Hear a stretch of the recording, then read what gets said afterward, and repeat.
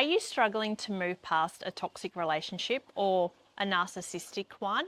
Well, we're going to really dive deep and give you the tips to really help you to start taking those steps to move forward in your life. Ever heard of us? We're Relationship Warrior, and myself and Britta specialise in helping men and women to heal from narcissistic and toxic relationships. So if you haven't joined our channel, please subscribe to get alerts on all the latest videos. This is a really cool subject because we're going to go deep into how you can move forward, because a lot of people are very confused. Men and women ring us up and they're like, how do I heal? I'm watching YouTube videos, I'm reading books, I'm on Instagram, I'm doing all this kind of stuff. I know that I need to heal, but there's no one telling me how to fix the problem. And we find that a lot, don't we? It's like plenty of education, but how do we fix the problem? Definitely, because when we go over what we've gone through, it's staying us stuck in that past, stuck in that trauma, stuck in the pain. Yes, it's okay to talk about what's happened, but you also need the steps to take to empower yourself to move forward, because you don't want to stay stuck in that situation of rehashing the past, rehashing the pain, because it's not going to get you moving anywhere. So step one is to really start looking and taking a step back from an outsider point of view. Is as if you were someone coaching you. So, okay, what do I need to do? So one, it's usually to stop going over the pain and the trauma and the past and really start taking your power back. So that's a really important key, to really take your power back. Because when you've been in a narcissistic relationship or a toxic one, our self-worth and self-love can be on the very bottom of the scale of just about nothing, because we really believe that maybe we're at fault. All the words they've said, all the blame has really crippled the person that we are. So it's about rebuilding our self-love and our self-worth. And there's many ways we can do that, but the most powerful way of really doing that is working on our belief system. That's a huge step. Yeah, so step one, like Britta said, is to really get clarity. Like, we need to know where we are, what's our destination, how are we going to get there. Step two is our beliefs, isn't it? So what are those beliefs that we've created from our childhood, through past relationship, from the hurt, pain and suffering that we've experienced? We develop beliefs, positive and negative. The negative beliefs is what we need to look for. The negative beliefs that we create from our experiences will create what we attract. For example, it could be childhood of, rejection in childhood, or past relationships, feeling abandoned, not worthy, not good enough. With all those people I love, they will leave me. I self-sabotage relationships. I'm not worthy of a soulmate. All of those beliefs that we create and that we have in our subconscious mind, that has attached the trauma, the hurt, pain and suffering. So once we have these beliefs that come from these negative experiences, that then dictates the energy that we're putting out in the universe, doesn't it? That's the vibration that we're putting out. That's the vibration that narcissistic people are sensing. That's what causes them to come towards you. It's what causes you to attract them. If we can reprogram those beliefs and change that, we can change everything that we attract, everything we feel, and it can help us moving forward. Because when we have these limiting beliefs, it's like we've got this big energetic wall up. So we're blocking all the goodness, so we're blocking love that treats you with kindness, respect, and equal, loves you as much as you love them. And we've got the wall down for our distorted version of love.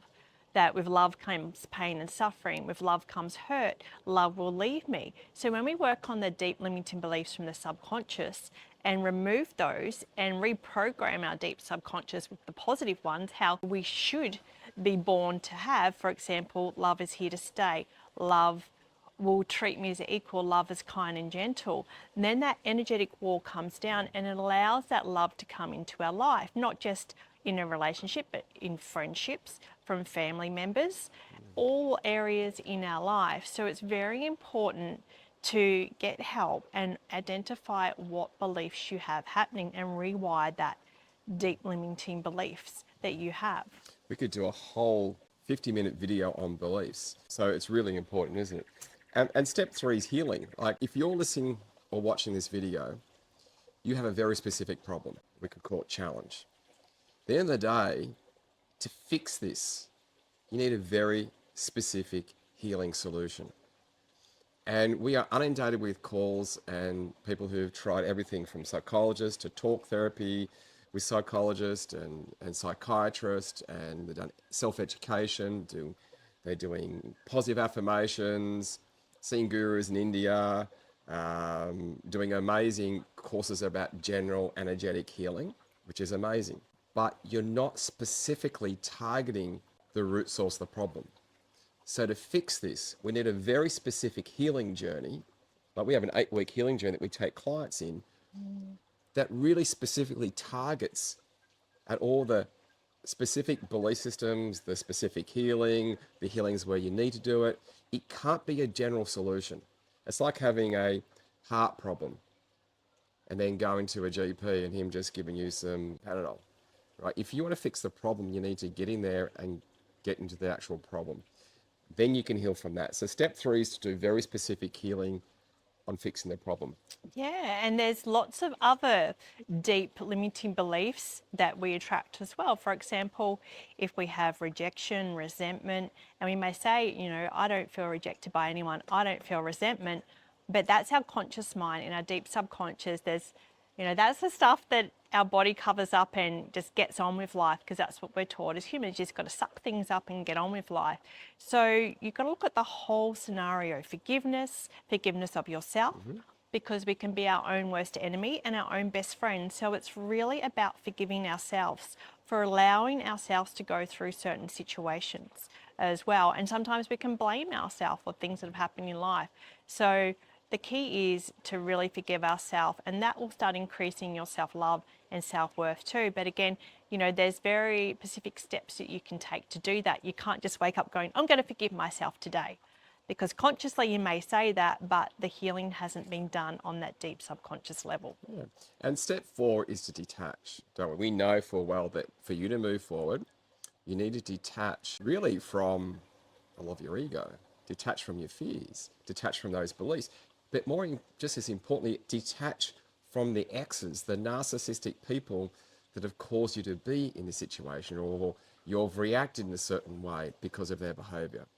We need to spiritually, on a deep soul level, detach from these people so we cannot be controlled. Because it's, you know, how many times have we had people who've said, oh, I haven't spoke to my ex-husband in 20 years, but he still gets me down, or he still makes me angry, or I still kick myself because of how I allowed his behavior to creep into my life. So you're really still being controlled. Unless you, on a soul level, detach from that person, we have very specific healing techniques we show you how to do that. You are dragging the baggage with you. You're dragging the hurt, pain, and suffering into potential new relationships. And you're carrying that fear, which causes you to sabotage new relationships. So where you do meet someone who's an amazing person, to sabotage those amazing men and women that you meet. So step 4, detachment's really important. And last but not least, it's love and support and community. We know for a fact the clients who have that support and accountability and love to be guided through the whole journey, to heal, to nurture them on that journey, the more support they get, the better they heal. And we know for a fact that, you know, we see this in results, and we have amazing results from people who go through this journey and face this, because this is really decision time for all of you. If you're watching this video, we urge you to think of this. Am I ready to start making those changes? And if you're not, that's not a problem. But you need to get clarity. Am I going to fix this, or am I going to stay in the negative energy that I have? Am I going to keep on going down that wrong journey, that wrong road? But you have that choice. You have free will.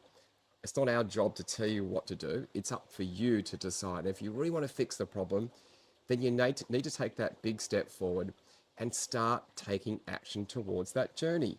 Start doing the proper work that will help you to heal. Start loving yourself and healing so you can create change. Because if you don't create change, you're still experiencing reoccurring patterns. You're still sabotaging. You're still living in that negative energy. So if you want to learn more, there's a link you can click on that you can see more videos, or you can actually jump on a call with myself or one of my coaches, and we can actually go through those steps and we can look at how we can help you and what situation you're right now. What are those roadblocks that's stopping you from moving forward? And if you're ready for that, your whole life will change. And that's a beautiful place to be in. But with love, focus on shifting. Focus on your journey. You deserve it, don't you? Everybody deserves to find love. Everyone deserves Everyone to. deserves to heal. Doesn't matter how young you are or how old you think you are, there's always that time, and you deserve it for yourself to really allow yourself to heal and feel at peace and really attract all the beautiful things in life that you're meant to experience. Yeah, because the key element here is it's healing.